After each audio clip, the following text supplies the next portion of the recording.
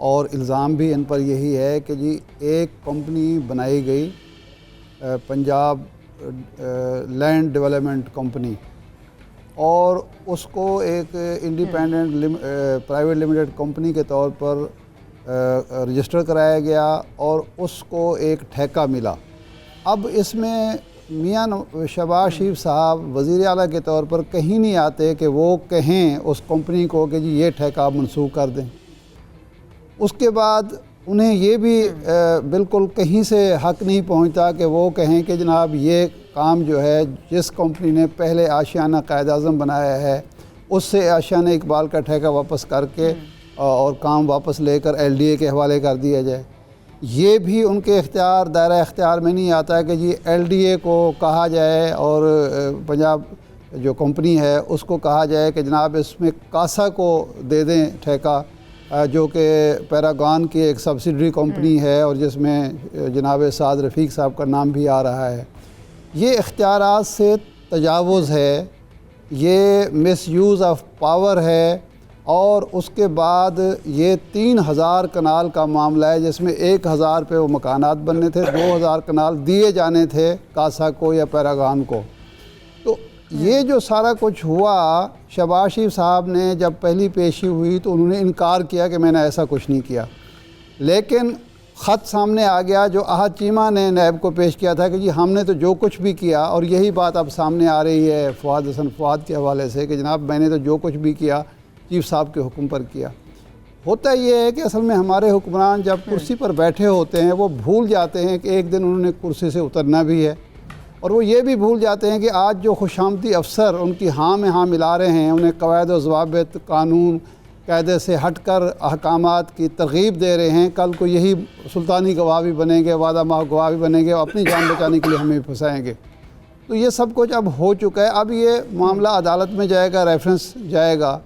اگر میاں شہباز شریف صاحب نے کوئی غلط کام نہیں کیا تو وہ بری ہو جائیں گے وہاں سے، اور یہ کوئی ایسی بات نہیں، عدالتوں میں لوگ گرفتار بھی ہوتے ہیں، کیسز بھی بنتے ہیں، وہ بری بھی ہو جاتے ہیں، ان کے پاس دولت اور طاقت بھی ہے، اچھے سے اچھا وکیل بھی کر سکتے ہیں، ان کے بھائی کی ضمانت ہوئی ہے اسلام آباد ہائی کورٹ سے۔ لیکن اس پر ہنگامہ کھڑا کرنا، یہ سوالات اٹھانا جی قائد حزب اختلاف گرفتار ہوئے ہیں، نہیں، قائد حزب اختلاف گرفتار نہیں ہوئے، ایک سابق وزیر اعلیٰ گرفتار ہوا ہے جس پر الزام ہے کہ اس نے حلف کی خلاف ورزی کی، اپنے جو عوام کی خدمت کے لیے جو ان کو اختیار ملا تھا، اقتدار ملا تھا، وہ استعمال کیا کسی کو فائدہ پہنچانے کے لیے مبینہ طور پر۔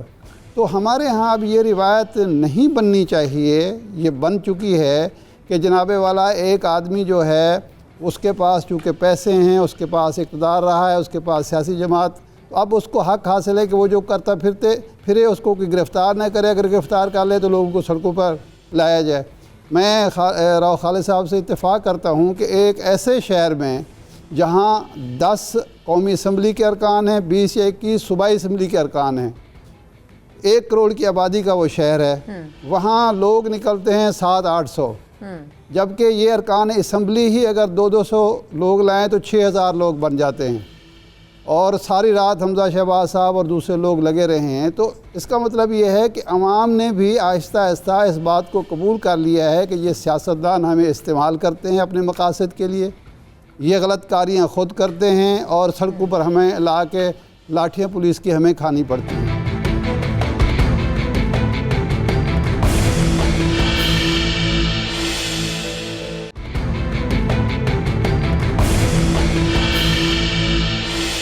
اظہار صاحب، سر ایک تو یہ کہ یہ جو کیسز ہیں یہ شریف فیملی کے لیے کتنا لے ڈوبنے کے لیے کافی ہوں گے، کیونکہ آشیانہ سے صاف پانی اسکینڈل پہ 56 کمپنیوں کی بات ہے، یہ ساری انویسٹیگیشن سر ان پروسیس ہے۔ آپ کو کیا لگتا ہے شہباز شریف صاحب اتنا ان کے پاس موقع اور اتنے ان کے پاس وزن ہے ان کے دلائل میں کہ فواد حسن فواد صاحب جس طرح کہہ رہے ہیں کہ ان کے ساتھ مکالمہ کروایا گیا نیب کے دفتر میں؟ سنا ان کے پاس اگر دلائل ہوتے تو سپریم کورٹ میں پہلے بھی وہ پیش ہوئے، انہوں نے ہمیشہ ایک ہی جواب دیا ہے کہ میں قوم کی خدمت کرتا رہا ہوں، میں نے پائی بچائی ہے، میری صحت خراب ہو گئی ہے۔ یہ مسئلہ ایک کمپنی کا نہیں ہے صاف پانی کا، نہ یہ آشیانہ ہاؤسنگ سکیم کا مسئلہ ہے، یہ مسئلہ اور ہے۔ مسئلہ یہ ہے کہ وہ تھے تو صوبائی حکمران، لیکن آمریت کی جو ان کی سطح تھی وہ بہت بلند تھی، وہ ایدی امین کے برابر تھی، وہ شاہ ایران جتنی تھی، وہ حسنی مبارک جتنی تھی اور وہ اس قسم کے جو بڑے بڑے عامر ہیں ان جیسی تھی، وہ کسی کو خاطر میں نہیں لاتے تھے. ایسے شخص کا جو طرز حکومت ہوتا ہے اس کے بعد اگر اس میں اس کا فال آؤٹ نہ ہو، اس پر افتاد نہ پڑے، وہ گرفتار نہ ہو، تو تب تعجب ہوتا ہے. دیکھیں 3 ادارے تھے جو ان کو کنٹرول کر سکتے تھے. پہلا تھا صوبائی اسمبلی، وہاں وہ آتے ہی نہیں تھے، اس کو انہوں نے کبھی خاطر میں نہیں لایا. دوسرا ادارہ تھا کابینہ. کابینہ کا آپ دیکھیں کہ رانا ثناء اللہ صاحب کے علاوہ کون تھا منسٹر جس کا لوگوں کو، اخبار پڑھنے والوں کو، ٹی وی دیکھنے والوں کو نام ہی نہیں ریکگنائزبل ہو. بالکل ساری منسٹریاں ان کی جیب میں تھیں. سلمان رفیق صاحب سے تھوڑے بہت پرو ایکٹیو ویسے ہاں ویسے تو وہ مشہود صاحب کا بھی نام آتا تھا، لیکن وہ خود ہی کابینہ تھے، خود ہی وزیر تھے. یہاں تک کہ جب وہ ہسپتالوں میں چھاپے مارتے تھے تو ان کے ساتھ سیکرٹری ہیلتھ، وزیر صحت نہیں ہوتا تھا. تیسرا ادارہ ہوتا ہے بیوروکریسی کا. بیوروکریسی کو انہوں نے لٹایا، اس کا پیٹ پھاڑا، گردے، انتڑیاں، دل نکالا، تار پر لٹکایا، پھر اس مردے کو سیا، پھر وہ ان کے ساتھ روبوٹ کی طرح چلنے لگی. زومبی ہوتا ہے نا جیسے قبر سے اٹھا ہوا مردہ، بیوروکریسی. اچھا پھر انہوں نے یہ ایک اور ان کے پاس نسخہ کیمیا آیا. وہ نسخہ کیمیا یہ تھا کہ جونیئرز کو اوپر لے جاؤ، سینئر جو بول سکتے ہیں ان کو کونوں خدروں میں کھڈے لائن لگا دو، اور اس کے بعد سب وہ مرزا یار جو ہے وہ پھرے. پھر انہوں نے جو سب سے بڑا ظلم کیا وہ یہ کہ پوری پنجاب حکومت کے متوازی 56 کمپنیاں بنائیں اور ایک متوازی نجی حکومت بنا دی. یہ نجی حکومت تھی یا نیم نجی حکومت تھی، سیمی آٹونومس، سیمی پرائیویٹ تھی. پھر انہوں نے ایک اور ظلم کیا کہ ان کمپنیوں کے جو قوانین خود بنائے تھے ان قوانین پر بھی نہیں عمل کیا. پھر ان کے صاحبزادے اجلاس میں آتے تھے. اور میں آپ کو بڑی دلچسپ بات بتاؤں جو بڑی عبرتناک ہے کہ پچھلے دنوں سپریم کورٹ نے پوچھا ان سے کہ آپ کے صاحبزادے کس حیثیت سے ان اجلاسوں میں شریک ہوتے تھے، تو جو جواب شہباز شریف نے دیا وہ پاکستان کی تاریخ میں سنہری الفاظ سے لکھنے کے قابل ہے. انہوں نے فرمایا کہ چونکہ وہ پارٹی کا رکن تھے تو وہ خدمت کرنے کے لیے، کنٹریبیوٹ کرنے کے لیے آتے تھے. چیف جسٹس صاحب پوچھتے کہ یار پوری پارٹی میں تمہارے بیٹے کے علاوہ کوئی نہیں ہے جو کنٹریبیوٹ کرے، جو خدمت کرے. اچھا پھر یہ ہے کہ یہ کسی سوال کا جواب نہیں دیتے تھے. پریس کانفرنس میں انہوں نے بندے بٹھائے ہوئے ہوتے تھے. 8 سال اور اس سے پہلے جو ان کا تھا عہد حکومت، انہوں نے اپنے آپ کو کسی باز پرس، کسی احتساب، کسی پوچھ گچھ، کسی اکاؤنٹیبلٹی سے ماورا سمجھا. 3-4 بندے بٹھائے ہوئے ہوتے تھے. جب کوئی ڈھنگ کا سوال کرتا تھا تو یہ چھلاوے کی طرح یہ جا. اچھا پھر یہ تھا کہ شوبدہ بازی بہت تھی. لمبا ہیٹ آ رہا ہے، لمبے بوٹ آ رہے ہیں، انگلی نچائی جا رہی ہے، پہنچے ہوئے بھی ہوتے تھے، تقریر کرتے ہوئے مائک گرائے جا رہے ہیں، میں پیٹ پھاڑ کر گھسیٹ دوں گا. بعد میں 74 پکوان پکا کر معافیہ منگاتے تھے. اور سٹنگ پرائم منسٹر تو وہ خود ڈرائیو کرتے ہی تھے. تو میرا کہنے کا سنا یہ مطلب ہے کہ جو ان کا طرز حکومت تھا بیسیکلی ایک کمپنی کا مسئلہ نہیں ہے، اس طرز حکومت میں شفافیت آ ہی نہیں سکتی. اور یہ صرف 2 کیس نہیں ہے صاف پانی کے اور آشیانہ. آپ دیکھیے گا کہ 56 کمپنیوں کے 56 کیسز نکلیں گے. اورنج ٹرین کا کیس نکلے گا، میٹرو. جہاں بھی انہوں نے ہاتھ ڈالا انہوں نے سونے کو مٹی بنایا اور ان پر بہت سے کیس چلیں گے. یہ ان کے طرز حکومت کا، آمریت کا.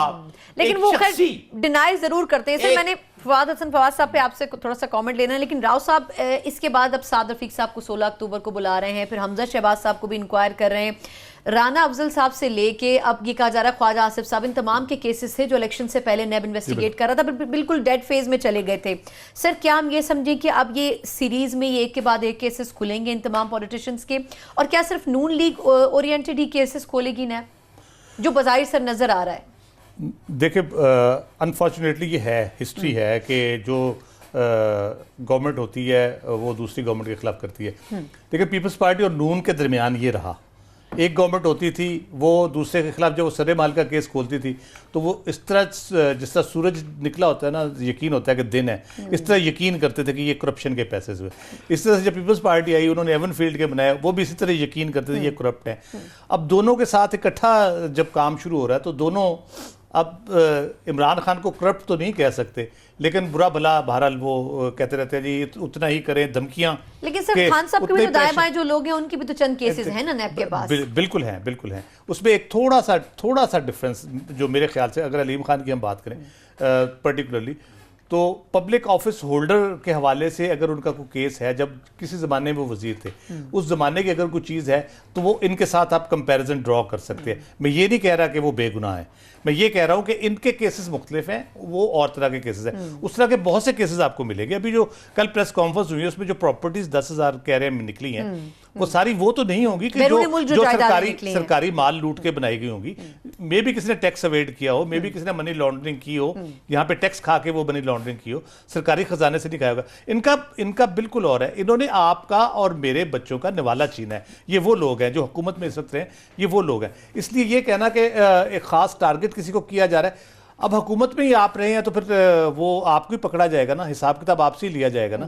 اگر میں حکومت میں ہوتا تو مجھے پکڑ لیتے. جو بھی بیوروکریسی بھی وہی پکڑی جا رہی ہے نا. جن لوگ چلے یہ تو میرا خیال ہے 1,000-1,200 سے زیادہ. راؤ صاحب اگر آپ حکومت میں ہوتے تو یہ بھی ہو سکتا تھا، نہ پکڑے جاتے. اللہ کا شکر ہے نہیں تھے حکومت میں، اور آپ کی زبان مبارک ہو کہ خدا نہ خواستہ ایسا کوئی نوبت آئے. بالکل صحیح. تو وہ لیکن یہ تمام لوگوں کے کیسز بھی آپ کے خیال میں بنیادی طور پہ آپ دیکھیں نا کہ کتنے پارلیمنٹیرین ہیں، کتنے چیف منسٹرز رہے ہیں پاکستان میں. کیوں نواز شریف اور شہباز شریف، کیوں آصف زرداری اور ان کی بہن فریال کا نام آتا ہے؟ ٹھیک ہے، یہی نام زیادہ پرومیننٹ آتے ہیں نا. یا ان کے دائیں بائیں جو بیوروکریٹس ان کے نام کیا ہوتے ہیں. بیوروکریٹس کتنے ہوں گے؟ لاکھ سے تو زیادہ ہی ہوں گے جو اچھے لیول پہ کام کرتے ہیں. جی ٹھیک ہے، تو وہ ان کے سب کے نام کیوں نہیں آ رہے؟ کیوں احد چیمہ اور فواد حسن فوادی اس میں آ رہے ہیں؟ کیوں خواجہ سعد رفیق ہی آ رہے ہیں اور ان کے بھائی کا نام کیونکہ سر پیراگون سٹی اور اس قسم کی اس سے ان کے نام جڑا ہوا ہے نا. obviously خواجہ صاحب کا تو خیر میں ان کا تو پھر بھی بانڈ نکل آتا تھا، وہ ان کا کچھ جسٹیفائی وہ کر لیتے ہیں بانڈ نکال کے. یہ شہباز شریف صاحب کا تو بانڈ بھی کوئی نہیں نکلا آج تک. میں نے تو نہیں سنا کہ ان کا بانڈ. وہ تو ویسے کہتے تھے کہ ان کی پراپرٹی نہیں یا تو بچوں کی ہے یا پھر ان کے والد کی. اربوں خربوں میں کھیل رہے ہیں. ارشاد عارف صاحب سے بریک سے پہلے لاسٹ کمنٹ آپ کا سر، کہ یہ جو سعد رفیق صاحب کو اب کہہ رہے ہیں کہ ان کو بھی اور ان کے بھائی کو بھی بلایا جائے گا. پھر آپ کو یاد ہوگا الیکشن سے پہلے خواجہ آصف صاحب کے، رانا افضل صاحب کے بھی نیب کیسز تھے جو کہا جا رہا تھا کہ انکوائری شروع ہوگی لیکن وہ ہو نہیں سکی. سر کیا ہم یہ سمجھیں کہ اب شہباز شریف صاحب سے شروعات ہوئی ہے لیکن اختتام اب رانا ثناء اللہ صاحب کا بھی سر نام آ رہا ہے کہ ان کو بھی سامنے ماڈل ٹاؤن کے حوالے سے کسی بھی وقت ان کو گرفتار کیا جا سکتا ہے. تو کیا یہ نون لیگ ٹارگیٹڈ نہیں ہوگی؟ اس کو بیلنس کیسے کرے گی نیب بھی اور پی ٹی آئی کی حکومت بھی؟ پہلی بات تو یہ ہے کہ یہ جو قانون ہوتا ہے وہ بیلنس کرنے کے لیے نہیں ہوتا ہے، انصاف کے لیے ہوتا ہے کہ جس نے جرم کیا ہے اس کی سزا ملنی چاہیے، جس کے ساتھ زیادتی ہوئی ہے اس کا ازالہ ہونا چاہیے. یہ نہیں ہوتا کہ جناب آپ نے پوائنٹ سکورنگ کرنی ہوتی ہے کہ جی اس کو پکڑا ہے تو اس کے مقابلے میں جو لوگ ہیں ان کو بھی ضرور پکڑنا چاہیے. تحریک انصاف کے وہ حکومت میں آئے ہوئے ہیں ٹوٹل 2 مہینے بھی پورے نہیں ہوئے. یہ اقتدار میں ہیں 10 سال سے مسلسل، اور باقی جو پہلے 20 سال ہیں ان کو نہ بھی شمار کریں تو 10 سال سے اقتدار میں ہیں. تو ظاہر ہے احتساب جب بھی ہوگا ان لوگوں کا ہوگا، آغاز وہاں سے ہوگا جو اقتدار میں تھے، جنہوں نے اختیارات کا غلط استعمال کیا، جنہوں نے قومی وسائل کو لوٹا، قومی وسائل کو اپنے اللہ تعالی میں خرچ کیا، ان کا ہوگا. جب یہ حکومت، موجودہ حکومت کے لوگ بھی یہی کام کریں گے تو ہم آپ مل کر مطالبہ کریں گے کہ نیب ان کو بھی پکڑے اور سخت ترین سزا دے. وہ اس ملک کا دشمن ہوگا، بدبخت شخص ہوگا جو ایک مجرم کے بارے میں تو کہے کہ اس کو سزا ملے اور دوسرے کے بارے میں کہے کہ اس کو چھوڑ دیا جائے. ایسا کوئی بھی نہیں انصاف پسند شہری نہیں ہو سکتا. دوسرا یہ ہے کہ یہ جس کیس میں گئے ہیں ان کو 5 یا 4 بار بلایا گیا، 3 بار وہ پیش ہوئے اور ان سے جو سوالات کیے گئے انہوں نے اس کے جوابات دیے اور خود باہر آ کے کہا کہ جی میں نے ان سے یہ سوال کیا، میں نے ان سے سوال کیا، میں نے ان سے سوال کیا، اور وہاں یہ نہیں بتایا کہ مجھ سے جو سوالات ہوئے ان کا میں نے کیا جواب دیا ہے. اب اگر آپ پیش ہوتے ہیں، کوئی جواب نہیں دیتے، کوئی ثبوت پیش نہیں کرتے، کوئی آپ کے پاس شواہد اور دلائل نہیں ہیں تو آپ گرفتار ہو جائیں گے، عدالت میں جائیں گے. آپ کا کیس اگر مضبوط ہوگا تو آپ رہا ہو جائیں گے، آپ بری ہو جائیں گے. اور آپ کی ضمانت ہو جائے گی، یہ سارے کام ہو سکتے ہیں۔ بنیادی چیز جو ہے وہ یہ ہے کہ کیا اس ملک میں رول آف لا ہونا چاہیے یا نہیں۔ چھوٹا سا وقفہ مجھے لینے دیں، اس کے بعد ہم اس پہ بھی بات کریں گے کہ اکاؤنٹیبلٹی اکراس دا بورڈ ہو رہی ہے، واقعی قانون سب کے اوپر لاگو ہے، اور حسن فواد صاحب جو کہ بڑے اہم بیوروکریٹ رہے ہیں، وہ کیا صرف شہباز شریف صاحب کے لیے ہی مشکلات بڑھا سکتے ہیں، یا پھر بعد میں جب وہ پرنسپل سیکرٹری بنے وزیراعظم پاکستان سابقہ وزیراعظم پاکستان نواز شریف صاحب کے، تو ان کے حوالے سے بھی بہت سے انکشافات وہ کر سکتے ہیں؟ اس پر بھی بات کریں گے، ایک بریک کے بعد ہمارے ساتھ رہیے گا۔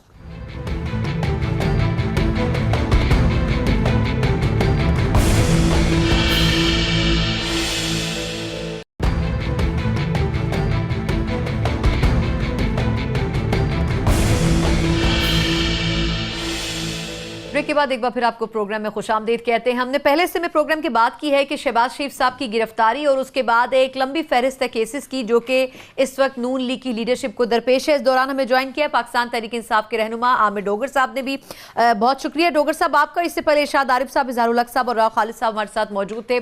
میں ڈوگر صاحب آپ کا سٹانس تھوڑا سا لوں گی، پھر باقی پینلسٹ کی طرف جاؤں گی۔ یہ جو شہباز شریف صاحب کو سر نیب نے گرفتار کیا، تو نون لیگ نے یہ شکایت بھی کی کہ ان کو بلایا گیا صاف پانی کیس میں، گرفتار ان کو کر لیا گیا آشیانہ ہاؤسنگ میں۔ سر یہ بتائے گا کہ پھر یہ بھی کہا گیا کہ پارلیمنٹ جو قومی اسمبلی کے اسپیکر ہیں ان کی کنسنٹ بھی نہیں لی گئی، اور اس سے پہلے ہی ان کی گرفتاری ہو گئی، بعد میں ان کو اپروچ کیا گیا۔ تو کچھ ٹیکنیکلی کیا آپ کو لگتا ہے کہ نیب صحیح سمت میں کری تھی، یا کچھ جلد بازی سے کام لیا نیب کی طرف سے؟ جی سب سے پہلے تو کل سے جو ایک واویلا کیا جا رہا ہے سوشل میڈیا پہ بھی اور الیکٹرانک میڈیا پر بھی، اور تحریک پاکستان مسلم لیگ نون کے لیڈران کے بھی بیانات آ رہے ہیں کہ جس طرح حکومت کو سیاسی انتقام کا نشانہ بنا رہی ہے شہباز شریف کو یا پی ایم ایل این کی لیڈرشپ کو۔ پہلی تو یہ بات بالکل کلیئر اور واضح ہونی چاہیے کہ حکومت کا اس گرفتاری میں یا اس تحقیقات میں یا ان کیسز میں کوئی تعلق واسطہ نہیں ہے۔ ہمیں تو ابھی آئے ہوئے جمعہ 8 دن ہوئے ہیں، اور یہ معاملات آپ سب جانتے ہیں کہ یہ پہلے سے ایون اس الیکشن سے پہلے سے یہ تحقیقات جاری تھی اور یہ انویسٹیگیشن ہو رہی تھی، اور وہ ایشوز جو سامنے کھل کر آئے میڈیا میں بھی ہائی لائٹ ہوئے کہ پنجاب میں جو کمپنیاں بنائی گئیں، اور وہ کمپنیاں صرف اسی لیے بنائی گئیں کہ وہاں کرپشن کی جا سکے، کک بیکس لی جا سکے، جبکہ ادارے موجود تھے۔ ان اداروں کو بائی پاس کر کے ایک ایسی کمپنیاں بنائی گئیں جو 50-57 کمپنیاں تھی کہ جس میں تمام رولز کی وائلیشن کی گئی، اور نہ صرف رولز کی وائلیشن کی گئی بلکہ پبلک فنڈز کا بے دریغ استعمال کیا گیا، اور پھر حاصل وصول بھی کچھ نہیں ہوا، کوئی گراؤنڈ پہ امپیکٹ بھی نہیں آیا ان پروجیکٹ کا جن پروجیکٹ کے نامز پر یہ کمپنیاں بنائی گئیں۔ یعنی کہ عوام اسی طرح آج بے یار و مددگار ہے، پینے کا صاف پانی کہیں نہیں مل رہا۔ آشیانہ اسکیم میں بھی آپ دیکھیں کہ اس پروجیکٹ کا کیا حال ہوا۔ تو بڑی کامیابی ہے اس حوالے سے۔ تو جو لوگ پاکستان کے یہ چاہتے ہیں کہ اب تبدیلی آئے اور بڑے لوگوں اور بڑی مچھلیوں پر بھی ہاتھ ڈالا جائے، تو کل کی یہ گرفتاری اس حوالے سے تو ایک بڑا ایسا اقدام ہے کہ نیب کی اپنی جو کریڈیبلٹی پہ سوال ٹھیک ہے، نہیں چلے ڈوگر صاحب اس کو اپریشیٹ تو کرتی ہے پی ٹی آئی سر، لیکن بالکل ٹھیک کہہ رہے ہیں، جی بالکل ٹھیک کہہ رہے ہیں، لیکن سر لوگ یہ بھی کہتے ہیں نا کہ کے پی کے میں جو احتساب کورس ہیں وہاں پر کبھی نہ کوئی کیس ہوتے ہوئے سنا، نہ کسی کو منطقی انجام تک جاتے ہوئے سنا۔ میں سر آپ کی طرف واپس آتی ہوں سر ڈوگر صاحب، میں ذرا اظہار صاحب کا ٹیک لے لوں۔ اظہار صاحب سر، ہم نے اس وقت پوائنٹ ایک رہ گیا تھا جس پہ میں آپ کا کامنٹ چاہ رہی تھی فواد حسن فواد صاحب کے حوالے سے سر، کہ کتنی امپورٹنٹ شخصیت وہ ہو سکتے ہیں۔ پرائم منسٹر صاحب نواز شریف صاحب کے ساتھ بھی ایک عرصے رہے، شہباز شریف صاحب کے ساتھ بھی رہے، لوگ کہہ رہے ہیں ان کے خلاف وعدہ معاف گواہ بن رہے ہیں وہ شہباز شریف صاحب کے خلاف۔ اگر انہوں نے ان کیس نواز صاحب کے حوالے سے بھی کچھ باتیں کر دیں تو پھر ان کے لیے بھی مسائل زیادہ ہوں گے۔ سنا فواد حسن فواد بارود کا ایک پہاڑ ہیں، اور اس پہاڑ کے اوپر شہباز شریف صاحب بیٹھے ہیں۔ اگر یہ دونوں بھائی خدا انہیں خوش رکھے اور خدا ان کی مصائب کو آسان کرے، یہ اگر کتابیں پڑھتے اپنے ہی ملک کی تاریخ پڑھ لیتے تو ان کو پتہ چلتا کہ مسعود محمود نے بھٹو کے ساتھ کیا کیا، ذوالفقار علی بھٹو کے ساتھ، وہ وعدہ معاف گواہ بن گئے۔ دیکھیں ایک اصولی بات ہمیں یاد رکھنی چاہیے کہ کوئی شخص، قرآن شریف میں تو ہے نا وہ لا تزر وازرۃ وزر اخری، کوئی کسی کا بوجھ نہیں اٹھاتا، تو حشر کے دن بھی بوجھ نہیں اٹھاتا تو دنیا میں کیوں بوجھ اٹھائے گا وہ؟ فواد حسن فواد کو کیا پڑی ہے کہ وہ اپنی جان کی قربانی دے، اپنے جیل میں جائے یا جو بھی اس کو سزا ملے؟ احد چیمہ کا بھی یہی حال ہے۔ ایک مختصر وقفہ، اس کے بعد اسی پوائنٹ سے گفتگو شروع کریں گے۔ اظہار الحق صاحب سے ہمارے ساتھ رہیے گا۔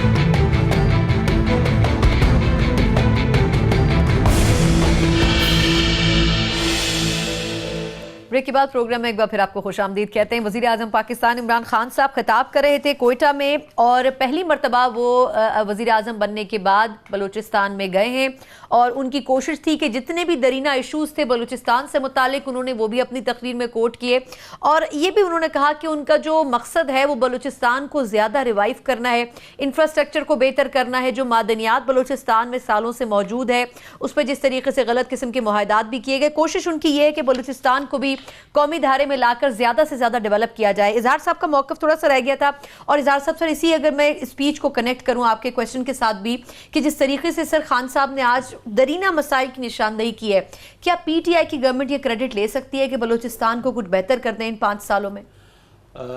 شکریہ سناب، میرا پہلا تو پوائنٹ ہو ہی گیا تھا۔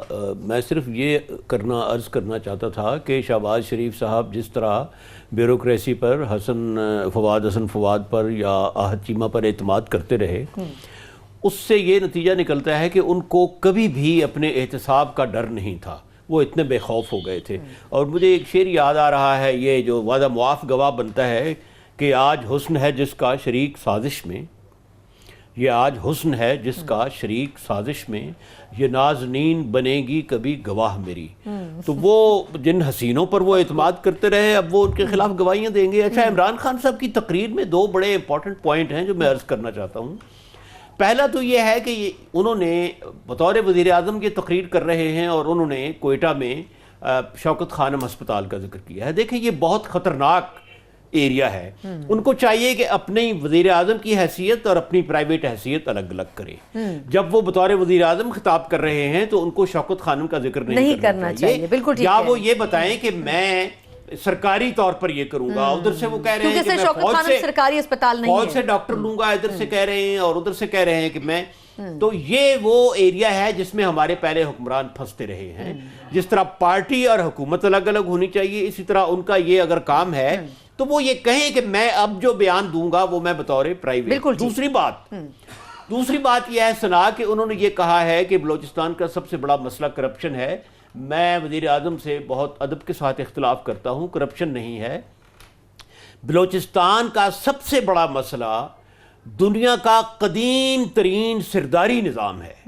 وہاں قبیلے کا سردار ہے، اس کی حکومت اتنی ڈیپلی ایمبیڈڈ اور اتنی مستحکم ہے کہ سرکاری ملازم اس ایریے میں اس کی چٹ کے بغیر تنخواہ نہیں لے سکتا، اور وہ اپنے جو قبیلے کے ارکان ہیں ان کی ذاتی زندگیوں میں مداخلت کرتا ہے۔ سکول انہوں نے جو ہیں، عمارتیں جو ہیں وہ غلے کے گودام بنائے ہوئے ہیں۔ تو سب سے بڑا اور مہذب دنیا میں ہمارے بلوچستان کے سرداری نظام کی مثال نہیں ملتی۔ بالکل ٹھیک سر، وقت تھوڑا سا کم رہ گیا ہے۔ جی ٹھیک ہے، بالکل ٹھیک۔ میں ارشاد صاحب کا سر کامنٹ لے لوں کیونکہ وقت تھوڑا سا کم ہے۔ ارشاد صاحب سر، اظہار صاحب نے بڑا اچھا پن پوائنٹ کیا کہ خان صاحب کو سر جو ان کے اپنے ماضی میں جو رہے ہیں، جس طریقے سے پروجیکٹس کو لگاتے رہے ہیں، ان کو اب سرکاری عہدہ رکھنے کے بعد کوٹ نہیں کرنا چاہیے، لیکن خان صاحب کا جو سر مقصد ہے وہ تو پازیٹیو نظر آتا ہے بلوچستان کے حوالے سے۔ کیا بہتر نہیں ہو سکتا کہ وہ بلوچستان کے لیے کچھ ایسے اقدامات کر رہے ہیں کہ کچھ ریلیف مل سکے بلوچستان کے عوام کو؟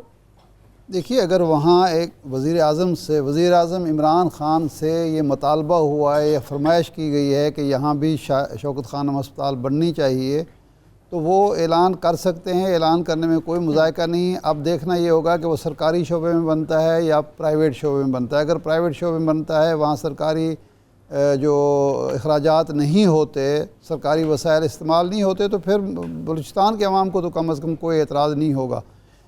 جہاں تک یہ بات اظہار صاحب نے کہی، واقعتاً یہ قبائلی نظام اور سرداری نظام اتنی بڑی لعنت ہے۔ میں خود چونکہ ڈی جی خان سے تعلق ہے میرا اس ایریا سے، اور وہاں بھی کسی نہ کسی شکل میں ایک سرداری اور قبائلی نظام موجود ہے، مجھے اندازہ ہے کہ یہ کتنی بڑی لعنت ہے اور کس طرح عوام کو محکوم کر کے رکھتا ہے، تعلیم سے، صحت سے، روزگار سے محروم کرتا ہے، عزت نفس سے محروم کرتا ہے، انصاف سے محروم کرتا ہے. بلا شبہ یہ خان صاحب کو اس طرف توجہ دینی چاہیے، لیکن جب تک وہ نہیں ہوتا اس وقت تک یہ بھی تو ایک بہت بڑا ایشو ہے کرپشن کا کہ زرداری کے دور میں اور نواز شریف کے دور میں اربوں روپے کے جو وسائل دیے گئے بلوچستان کو، ان کا عشر اشیر بھی وہاں نہیں لگا. وہ سارے کا سارا یا وزیر اعلیٰ کی جیب میں چلا گیا، یا وزیروں کی جیب میں چلا گیا، یا ارکان اسمبلی کی جیب میں چلا گیا. یعنی ہمیں کوئٹہ گئے تو ہمیں پتہ چلا کہ یہاں گوادر میں میٹھے پانی، پینے کے پانی کی فراہمی کے لیے 1 کروڑ روپیہ ڈیلی 1 کروڑ روپیہ ڈیلی حکومت دیتی ہے. پانی وہاں دستیاب نہیں ہے. وہ 1 کروڑ روپیہ الزام لوگ لگاتے تھے ناقدین اور مخالفین کے جناب زہری صاحب اور ان کے 1-2 لوگ کی جیب میں چلا جاتا. ڈیلی 1 کروڑ روپے کا پانی وہاں بھیجا جاتا تھا، یعنی سرکاری کاغذات میں، اور وہاں پانی اویلیبل نہیں ہوتا تھا. تو اگر کرپشن ختم کریں گے، صدارتی نظام تو جب ہوگا تب ہوگا، کرپشن ختم کریں گے تو وہی وسائل بلوچستان پر لگیں گے جہاں جہالت ختم ہوگی، بے روزگاری ختم ہوگی، صحت کے بالکل ٹھیک. وسائل سر ہوں گے. جب تو تک اس وہاں لیے پر میں لوگوں کی سمجھتا ہوں پانی کی ٹینکیوں سے پیسے ملنے بند نہیں ہوں گے، باتھ روموں سے بند نہیں ہوں گے، یہ بالکل ٹھیک کہہ رہے ہیں آپ کہ وہاں پر کرپشن ابھی بھی پرانے اس پہ چل رہی ہے. صرف ایک جملہ ہے بولتے رضا، صرف وہ ارشاد عارف صاحب میرے باس ہیں، یہ میرے گروپ ایڈیٹر ہیں، سر ہم سب کے باس ہیں ویسے، اور یہ میرا کالم سزا کے طور پر 2 دن کے لیے بند بھی کر سکتے ہیں. اچھا میں یہ عرض کر رہا تھا کہ ان کو کینسر کا تو ذکر ضرور کرنا چاہیے، لیکن وہ شوکت خانم کا جب ذکر کریں تو یہ کہیں کہ یہ میں پرائیویٹ کیپیسٹی میں کر رہا ہوں. چلے بالکل ٹھیک. اچھا ڈوگر صاحب، سر میں بحیثیت آپ کو پی ٹی آئی کو ریپرزینٹ کر رہے ہیں، سر آپ نے خان صاحب کے والے سے جو تجاویز دے رہے ہیں، اظہار صاحب بھی اور ارشاد صاحب بھی، سر آپ کو نہیں لگتا کہ خان صاحب کچھ ان چیزوں کے اوپر بھی غور کریں اور پھر بلوچستان کے ایشو کو ٹیک اپ کریں؟ دیکھیں، یہ آج کا خان صاحب کا دورہ بہت ضروری تھا، کیونکہ میں قومی اسمبلی میں پارٹی کا چیف وپ ہوں، اور جو الائز پارٹیاں ہیں ہماری بلوچستان میں، بلوچستان مینگل اور بلوچستان عوامی پارٹی باپ، اور ہماری اپنی پی ٹی آئی کے وہاں 3 MNAs ہیں، 2 قومی اسمبلی کے ڈائریکٹر اور 1 اسپیشل سیٹ کے. تو ان تمام سے مینگل سے میں نے پچھلے ہفتے پرائم منسٹر کی ملاقات کروائی. میں پہلے ایک پوائنٹ کو کلیئر کر دوں، کینسر ہاسپٹل کا. تو یہ تینوں پارٹیاں اور اس کے علاوہ بلوچستان کے جتنے لوگ بھی پرائم منسٹر کو ملے ہیں، ان سب کا ایک مطالبہ ہے کہ جہاں بلوچستان میں بہت بڑی پسماندگی، محرومی ہے، اور ماضی میں جس طرح ان کو نظر انداز کیا گیا ہے، تو ہیلتھ کے شعبہ میں ان کی سب سے بڑی ڈیمانڈ کینسر ہاسپٹل کی ہے. تو جب کینسر ہاسپٹل کی وہ عمران خان سے بات کرتے ہیں تو لا محالہ ان کے ذہن میں شوکت خانم آتا ہے، جو ایک انٹرنیشنل ہاسپٹل ہے جس نے ایک کرنٹیبلٹی اپنی بنائی ہے. تو مینگل صاحب نے ایک تجویز دی کہ کوئی اس طرح پرائیویٹ پبلک پارٹنرشپ سے اس طرح سے کچھ بنا دیا جائے وہاں شوکت خانم ہاسپٹل، کہ گورنمنٹ جو ہے وہ اس کو جگہ دے دے، اور انہوں نے کچھ جگہ بھی پرپوز کی، اور اس طرح کا کوئی آئیڈیا دیکھے جو خان صاحب نے کہا، پرائم منسٹر صاحب نے، کہ میں شوکت خانم یعنی اسے پبلک پرائیویٹ پارٹنرشپ اس قسم کا کوئی کانسیپٹ ہے، یا حکومت اور اس کے ساتھ شوکت خانم کوئی جوائنٹ وینچر کر سکتے ہیں؟ بالکل ٹھیک. ڈاکٹر صاحب معذرت چاہوں گی، سے وقت تھوڑا سا کم رہا. خالد صاحب جو یہاں میں بات جو کرنا چاہ رہا تھا، میری بات اگر مکمل جی بالکل ٹھیک ہے ڈاکٹر صاحب، بلوچستان کے حوالے سے بات کرنا چاہ رہا ہوں. اچھا سر فرمائیے. باقی جو باقی جو یہاں میرے محترم بیٹھے ہوئے انہوں نے جو بات کی وہ ٹھیک کہی کہ پچھلے 10 سالوں میں 18ویں ترمیم کے بعد بلوچستان میں اتنا پیسہ گیا ہے کہ آپ کو شمار نہیں ہے. یہ ہزاروں کروڑ بنتے ہیں اگر میں ان کو فگرز میں کہوں تو، جتنا بلوچستان میں گیا. لیکن بدقسمتی کہ 10 سالوں میں وہ سارے کا سارا پیسہ کھایا گیا، منی لانڈرنگ کے ذریعے دبئی اور باہر بھیجا گیا. اگر وہ پیسہ یہاں صحیح معنی میں خرچ ہو جاتا تو آج آپ کو بلوچستان میں بڑا ویزیبل چینج نظر آتا. لیکن اب جہاں سردار بھی ایون میرے ساتھ وہاں اسمبلی میں بیٹھے ہیں، اب شعور اتنا آ گیا ہے ووٹ کی پرچی کی طاقت اور جمہوریت کے تسلسل سے، اب ان کو یہ اتنا صبح شام ان کے ذہن میں یہ خیال ہے اور پبلک کا یہ پریشر ہے کہ نہیں، یہ بلوچستان کے لوگوں کے لیے بھی کچھ کرنا چاہیے. یہ ایک خوش آئین بات ہے جو کہ میں سمجھتا ہوں یہ بڑی کامیابی ہے جمہوریت کی بھی. تو اب خان صاحب آج گئے ہیں. ڈاکٹر صاحب اس کے لیے ویسے پچھلی حکومتیں بھی لیٹ ہو گئی تھی، چلے پی ٹی آئی کے بھی شروعاتی دن ہے، اس میں بھرپور موقع پی ٹی آئی کے پاس موجود ہے. سر میرے پاس وقت تھوڑا سا کم ہے، بہت معذرت چاہوں گی. میں راؤ صاحب سر آپ سے لاسٹ کامنٹ کہ یہ آغاز حقوق بلوچستان ہم نے بھی سنا تھا ایک پیکج پیپلز پارٹی کے دور میں آیا، ہر حکومت نے آ کے کچھ نہ کچھ نیا کہا، امپلیمنٹ کچھ نہیں ہو سکا. سر